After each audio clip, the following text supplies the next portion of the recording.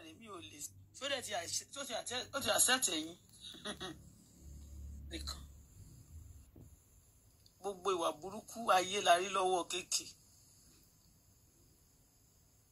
wọ́n rán níṣẹ́ wọ́n máa dìgbò lẹ́nìkan Madam Auto Bola ló ń sọ̀rọ̀ ó ní Àyìndé reject ẹ so that ó ti accept ẹ̀yin but kí ni problem woman yìí náà mo fẹ́ sùn ní ọ̀sán ni mo ìmájáde mi ò lè sùn. Ó dà pé woman yìí I think Auto Bola dà pé woman yìí ó wà there's something wrong with this woman. I think there's some bipolar. I think she's actually bipolar. In kokon she woman you. There's something wrong with this Auto Bola. There's something wrong with her. I think she's actually bipolar. She's a very delusional kind of person. Or is she mentally derailed or something? Òtítà mọ́tò rẹ̀, àwọn ọba ra mọ́tò, àwọn kíní kan ra mọ́tò lọ́wọ́ yín, àwọn gbá kan ra mọ́tò lọ́wọ́ yín. Ọba wo ló ra mọ́tò lọ́wọ́ yín rí? Ìjọ́ ò lẹ ta mọ́tò.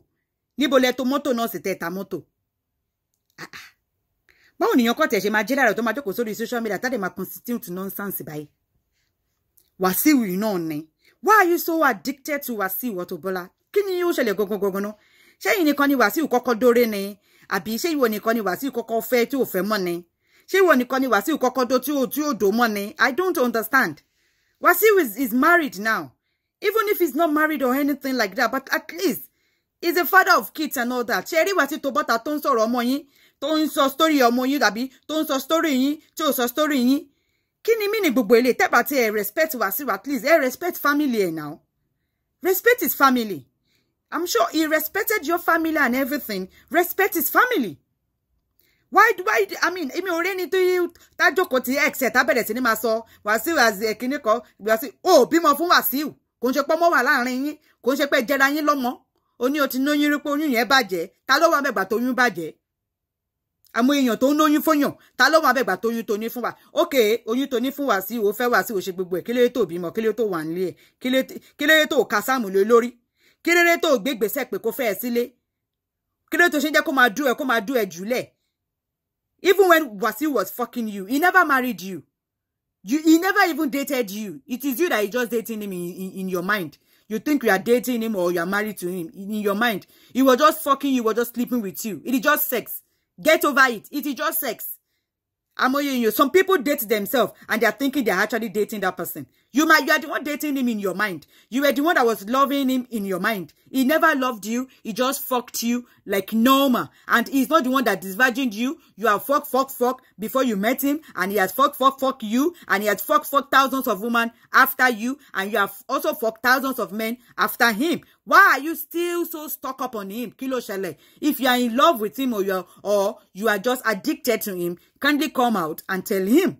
Like, if you have feelings for him, if those feelings are still there for him, kindly express your feelings to him. This is not the right way to express feelings because etin ṣe bẹ́ẹ̀ ni pé ti ya wèrè orí yín ó pè báyìí. Bí wọ́n ṣe máa express feelings kọ́ lélẹ̀, ẹ̀yin ṣe bẹ́ẹ̀ tó ti wọ wèrè, tó ti wà mentally derailed, tó wà bipolar. Tásán lẹ́ni tí ò ní sàn lọ́la, tásán lọ́túnla tí ò ní sàn lọ́túnla. He has family. Consider his family, even if you don't have any respect for him or regard for him whatsoever. But his dick has actually entered your pussy before. Onoshogunwo, ajaleni, 419, kinikan, ritualist, kidnapper. So you actually allowed a ritualist to be putting his dick inside you. Like, are you mad? Oh, Oshogunwo, Oshegba, Oshagbon. Kinikan ni, eni odem, onje kei, odem fe eni ti, Oshogunwo, onje ke eni to she rituals ko ma do 24/7. Onja come and do it 24 continuously. And you say is this, is that. But you allowed him to be fucking you. Like, if you are so hung up on me or so in love with him, kile to gboruka sowo ko to je come and do it. I mean, is this woman all right at all? Àwọn ọmọ yín ko mi ro ko woman bímọ o. Ṣé àwọn ọmọ yín ò rí gbogbo rí burúkú tẹ́ ń ṣe báyìí ni? K1 30 fẹ́ láti jọ̀wọ́ sí jọ̀wọ́. Pẹ̀lú gbogbo rí burúkú tẹ́ ń sọ yìí náà, ìyàwó K1 kankan dá yín lóhùn. Àwọn tó ti dódódódó láfta yín gan, àwọn baby mama ṣe gan. Ẹ ń ṣe baby mama ẹ̀ gan. You are not even one of his baby mama. Oh, bímọ fún. Àwọn tó bímọ fún gan sef, tó jẹ́ baby mama gan sef gan. wọ́n para wọn lé lórí báyìí. Wọ́n yẹ̀yẹ́ ara. Now you're just yẹ̀yẹ́ ara yín ni. You're just disgracing yourself continuously, publicly. That's the funniest thing. Very, very sad for this woman. This woman needs help. Oh. This woman really, really needs help. Mommy Esabod Ejo. This woman, she's suffering from, she's bipolar. She's mentally derailed. She's suffering from, it's an illness. It's an illness. Mommy Esabod Ejo. Tó bá jẹ́ má bá wa organize a way fún wọn ni. Kẹ́ ro t'Ọlọ́run mọ́ wọn lára, kẹ́ ro tàwọn ọmọ tó tara wọn jáde mọ́ wọn lára, kẹ́ bá wọn wá bí ewé bipolar, tó máa cure bipolar, or tó máa cure àwọn èèyàn tó bá ti wà mentally derailed. I mean, please, you really need to help this woman. All Auto Bola fan, all of you people don't really like this woman, no? Because if you people really like this woman, and if you people are really, really like, you are a fan of this woman, ó yẹ kí gbogbo yín ti wá solution sí bipolar tó ń worry ẹni yìí. Ó yẹ kí gbogbo yín ti mọ̀ pé woman yóò wà mentally derailed. Ó yẹ kẹ́ ti try láti bá wọn wá solution sí, àbí kẹ́ ti fọ̀rọ̀ wọn sàdúrà, because this woman is suffering from bipolar. She's mentally derailed. Orí ẹ̀ kò pé mọ́. And ó ti ń ṣe ségesège. Ó ti ń ṣe ségesège. Stay in your lane. Stay in your lane. Esabod tó ń ṣe Facebook Fanta tó ń sọ̀rọ̀ tó ń ṣe gbogbo ẹ̀ tó ń engage in. She's working. She's actually working and raising a family. She's working. If Esabod is shouting up and down because of her husband and all that, ó bímọ fún ọmọ wà láàrin wọn. Ká má wá sọ pé ẹ̀yin tó jẹ́ pé ẹ fẹ́ K1 rẹ̀ ni. Bímọ fún. Àwọn tẹ́ bímọ fún gan sef gan tẹ́ lè gbé wọn jáde. I mean, you are just that shameless to that extent.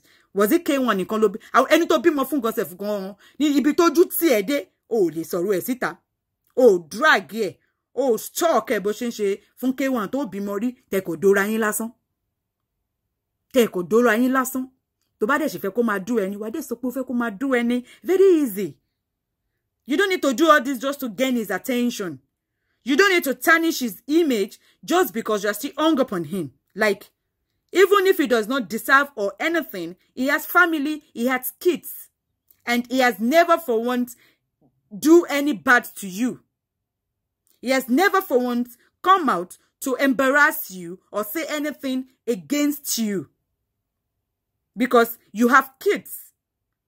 He gave you that respect if truly you guys have dated or got down before. I mean, he gave that respect to you. Respect is reciprocal.